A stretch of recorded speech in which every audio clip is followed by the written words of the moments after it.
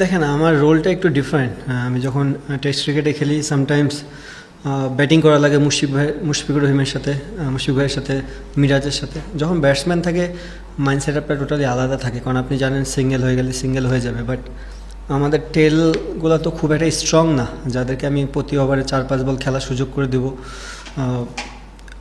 Obviously আমাদের টেল যদি আরও ভালো ব্যাটিং করে ভবিষ্যতে, তাহলে এই অপরচুনিটিগুলো থাকবে যে আমি ফার্স্ট বলে 1 নিয়ে নিলেও তারা খেলতে পারবে।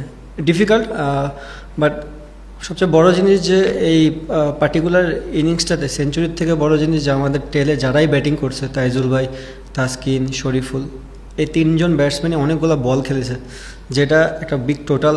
দেখেন স্বাভাবিক তারা তো রান করবে না, রান তো আমাকেই করতে হবে, যে ব্যাটসম্যান হিসাবে রান করার দায়িত্বটাও আমার।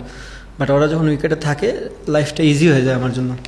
মানে লাকির কথাটা বাদ দিলে ওরা যে ফিল্ড সেট করেছিল আপনাকে শুরু থেকে, ওই ফিল্ডে ব্যাটিং করে এবং এই ইনিংসটা আপনাকে কি রাওয়ালপিন্ডির সেকেন্ড টেস্টের কথা একটু মনে করে দিয়েছিল? ওখানেও এর চেয়ে হয়তো খারাপ ছিল 26 রানে 6 উইকেট, বাট ওখানে মিরাজ ছিল আপনার সাথে। অনেকটাই। দেখেন রানের প্রেশার সবারই থাকে। আপনি যখন ফিল্ড ওয়াইড করবেন আপনার মোর অফ দ্য ডিসমিসাল চলে যাবে। But at the same time scoring অপরচুনিটিগুলো যদি দেখেন, আমার কিন্তু পেস বলে 6 মেরে রান করতে হয়েছে। সো আমার কাছে মনে হয় না খুব একটা ইজি ছিল, আউটফিল্ড অনেক স্লো।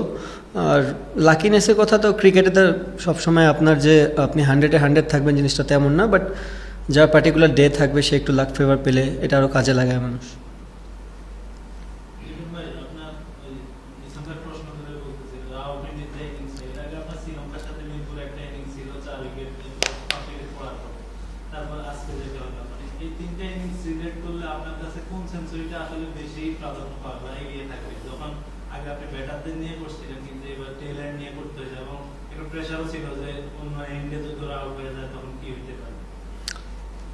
দুটো জিনিস হতে পারে।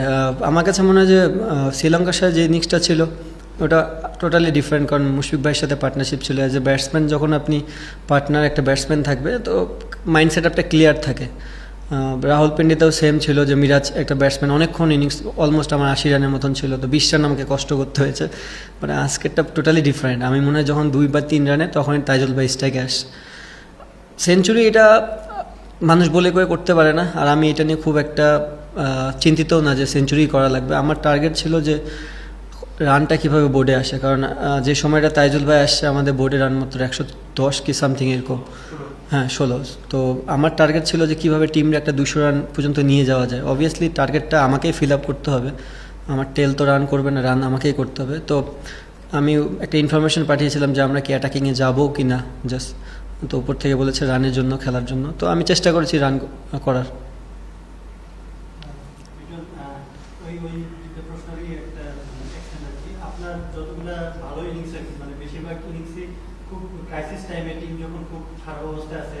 সেইখান থেকে এইটা কি মানে আপনি করতে করতে অবস্থা গেলেন যে ক্রাইসিস মোমেন্টটা আপনি আরেকটু বেশি এনজয় করেন নাকি ব্যাটিংটা? না না না, আমি বললাম তো আমার রোলটাই ডিফারেন্ট। দেখবেন কোনো কোনো দিন টপ অর্ডাররা উপর থেকে রান করতেছে, আমি ব্যাটিং করতেছি 60-70 ওভারের সময় নামলাম, উইকেটে বল ঘোরা শুরু হলো। তো আমার ক্রিকেটটাই এমন যে আমাকে পার্টিকুলার যে সময়টা আসবে সেই সময়টা এনজয় করে খেলার, এটাও একটা চ্যালেঞ্জ, বাট এখানেও এনজয় করার অনেক কিছু ছিল।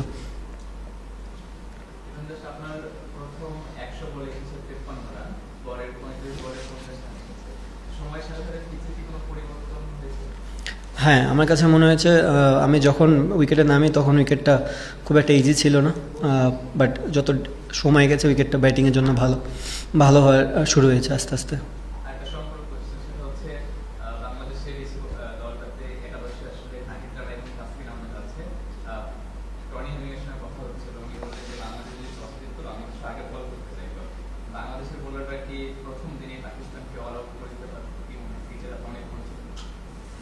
অল আউট করে দিতে পারতো কিনা এটা তো বলা খুব মুশকিল, তারাও খেলতে আসছে। বাট যে কন্ডিশন ছিল যে কোনো টিমই বোলিং নিত। যেটা বলছিলেন যে সময়ের সঙ্গে সঙ্গে পিচটা আসলে পরিবর্তিত হচ্ছে, ব্যাটারদের কাছে বলটা একটু ভালো আসছে, রান পাচ্ছে ব্যাটাররা। তো আগামীকালের জন্য আসলে এটা একটু চ্যালেঞ্জিং হবে কিনা বাংলাদেশের বলারদের জন্য, যে বাংলাদেশ যেই রানটা করেছে এটার মধ্যে আসলে পাকিস্তানকে আটকে দেওয়া। দেখেন আমরা সর্বোচ্চ চেষ্টা করব, বলারদের দায়িত্বটা অনেক বেশি। একটা প্লাস পয়েন্ট হচ্ছে যে আউটফিল্ডটা খুবই স্লো, বল অনেক জোরে মারা লাগে বাউন্ডারি হওয়ার জন্য, এটা একটা পজিটিভ সাইন। বাট বলারদের দায়িত্ব নিতে হবে, কারণ সকালে যে উইকেট ছিল শেষ হাফে যায় উইকেটটা আরও বেটার হয়ে গেছে, তো বলারদের অ্যাকুরেসি আরও ভালো হওয়া উচিত। আমরা দেখলাম যে আপনাকে অনেক বাউন্সার দেওয়া হয়েছে এবং সে 2-3 বোলারই আসলে বাউন্সার দিয়েছে, আপনি খুব ভালোভাবে নেগোশিয়েট করেছেন কিপারের উপর দিয়ে, মানে ফাইন লেগ দিয়ে বা স্কোয়ার লেগ মিডল দিয়ে খুব দারুণ 4 ছক্কা মেরেছেন। বাউন্সারের এগেনস্ট আপনি স্ট্রাইক রেটও আজকে মনে হয় 150-র আশেপাশে, কতটা এনজয় করেছেন বাউন্সার এবং যেগুলো এক্সিকিউট করতে পেরেছেন? বাউন্সার নিয়ে আমি মনে করি এটা একটা স্কোরিং অপরচুনিটি আমার জন্য, বাট আনফর্চুনেটলি যে লাস্ট 2 ইনিংসটাই আমি বাউন্সারে আউট হয়ে গেছি, এবং আজকেও আমার কাছে মনে হয় তারা ওই ব্যাক অফ দ্য মাইন্ডে ওই জিনিসটা ছিল, যেহেতু পরপর 2টা ইনিংসে আমি বাউন্সারে আউট হয়েছি, তো বাউন্সার তাদের কাছে মনে হচ্ছে একটা বেস্ট অপশন। বাট আমি অনেক এনজয় করেছি বাউন্সার।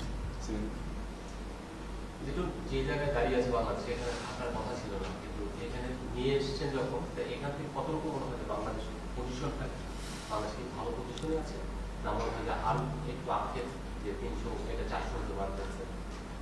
না, আমার কাছে মনে হয় ওভারঅল দিন শেষে খুবই ভালো, কারণ দেখেন টসটা অনেক বড় একটা ফ্যাক্ট ছিল আজকের দিনের জন্য। উইকেটটা খুব একটা ইজি ছিল না, তারাও যে উইকেট নিয়েছে তারা কিন্তু উইকেট ভালো ভালো বল করেই নিয়েছে, আমাদের ব্যাটসম্যানরা কেউই গিভ করে দেয়নি। সো জিনিসটা হচ্ছে যে উইকেট আরও বেটার হয়েছে, আমাদের চ্যালেঞ্জটাও আরও বেটার। চেষ্টা করতে হবে যে তাদের কীভাবে রান ছাড়া বোলিং করে 1-2 মাঝখানে উইকেট বের করা যায়, কারণ খুব একটা হেল্প এখন নাই এই উইকেটে। বাট আপনি যদি স্টিল ভালো জায়গায় বল করে যান অনেক লম্বা সময়ের জন্য, হয়তোবা তারা ভুল করবে, এবং ভুল করলে ওইটা আমাদের কাজে আসবে।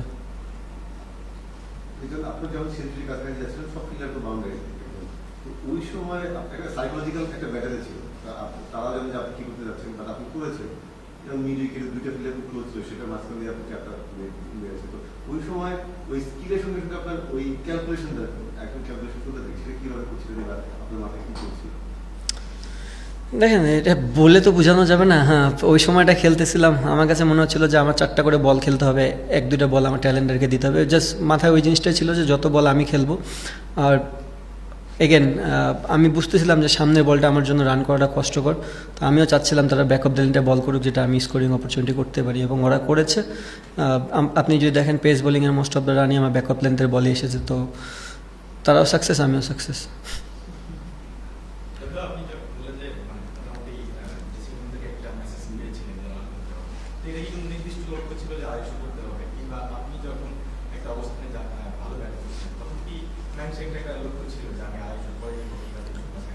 না, দেখেন আমি যখন নেমেছি তখন উইকেটটা একটু ডিফিকাল্টি ছিল, তো আমি জানি না যে খেলাটা এতখানি দূরে যাবে। বাট ইনিশিয়ালি যখন যাই তখন আমার কাছে মনে হচ্ছিলো যে আমাদের টেলেন্টের অবস্থা খুব একটা ভালো না, কারণ আমারও অলমোস্ট 1 থেকে 2 রান। তো চিন্তা ছিল যদি আমরা মারতে যাই, যদি আরও 30টা রান করে অল আউটও হয়ে যাই, অ্যাটলিস্ট ডিফিকাল্ট কন্ডিশনে আমাদের বলাররা বোলিং করতে পারবে, এই মাইন্ডসেট আপ নিয়ে আমি ইনফরমেশনটা পাঠিয়েছিলাম। But at the same time তাদেরও ফিডব্যাক ছিল যে ঠিক আছে অ্যাটাকিং ক্রিকেট খেলো। আর অ্যাটাকিং ক্রিকেট খেলার পরে আমার কাছে মনে হয়েছে যে না, আমি ওয়েল সেট হয়ে গেছি উইকেটে। আর ব্যাক অফ দ্য মাইন্ডে এটাও ছিল যে যদি বৃষ্টি চলে আসে কোনো কারণে, যদি 10টা ওভারও খেলতে পারি, এটা হয়তো বা হেল্প করবে ডে 5-এ যায়। তো ওই ক্যালকুলেশনটা পরে আস্তে আস্তে চেঞ্জ হয়ে গেছে।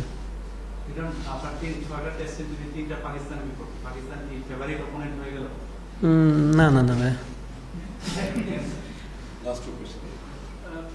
মানে রাওয়ালপিন্ডির 6 উইকেট পড়ে গেল আজকে, এবং কতগুলো ক্রাইসিস মোমেন্টে রান করেন, এবং গত মনে হয় 5 বছরে আপনার নিজেরই 10টা 100 পার্টনারশিপ আছে, মানে এই যে ভরসা দিতে পারেন দলকে, এটা আপনাকে এইরকম ব্যাটিং ভরসা দিতে পারি না। দেখেন আমি বললাম আমার রোলটা ডিফারেন্ট, আমি আজকের খেলাটাই অন্যরকম ছিল, আবার অন্য দিন দেখা যাচ্ছে যাই নতুন বলে আমাকে ফেস করতে হতে পারে।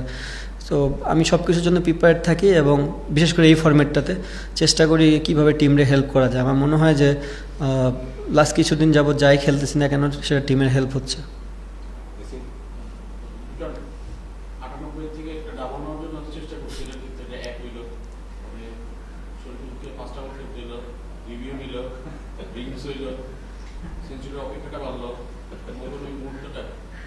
আমি অনেক টেনশনে ছিলাম, বিশেষ করে যখন শরীফুলের পায়ে লাগছে আর কি। আমি ওটা বারবার বলতেছিলাম যে সামনে খেলার জন্য, কারণ ও তো অনেক টল, সো ব্যাক অফ লেন্থে গেলেই বলটা পায়ে লাগার চান্স বেশি।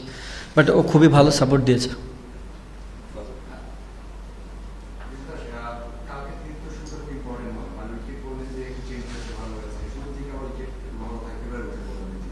কি আশা করছেন আর কালকে কি দেখেন চেষ্টা তো আমরা ফুল করব যে যে রানটাই আমরা দিয়েছি সেখান থেকে যেন লিড পাই, বাট ক্রিকেট আপনিও জানেন যে সিলেট উইকেটটা অনেকটা ব্যাটিং ফ্রেন্ডলি হয়ে যায়। কন্ডিশনটা যদি এমন না হতো হয়তো বা প্রথম দিন থেকে ব্যাটিং ফ্রেন্ডলি হতো, বাট এখন দেখা যাক সকালবেলা যদি আবার ওয়েদারটা একটু মেঘলা থাকে, আমরা যদি আবার বোলিং করি, সো ওই 10টা ওভার ভেরি ইম্পর্টেন্ট, ওখান থেকে যদি 1-2টা উইকেট নিতে পারি তারাও ব্যাকফুটে পড়বে। তো মেন জিনিস হচ্ছে বলারদের লম্বা টাইম ধরে বল করতে হবে এবং ভালো জায়গায় বল করতে হবে, যেন এই লিডটাও যদি ওরাও পায় বাট এটা যেন সময় নিয়ে পায়।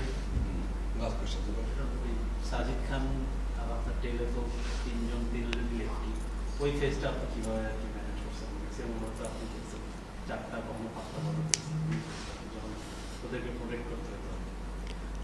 হ্যাঁ, ওই যে আমি বললাম যে আমার ট্যালেন্টগুলো তো এত ভালো না যে আমি কনফিডেন্স সহকারে দিতে পারবো 6 বলের জন্য। সো একজনকে দিয়েছিলাম, সে ফার্স্ট বলে আউট হয়ে গেছে। সো ওর পরে আমি আরও নিজে সতর্ক হয়ে গেছি যে খেলা আমারই লাগবে, যত কম দেওয়া যায় কি 1-2 বল।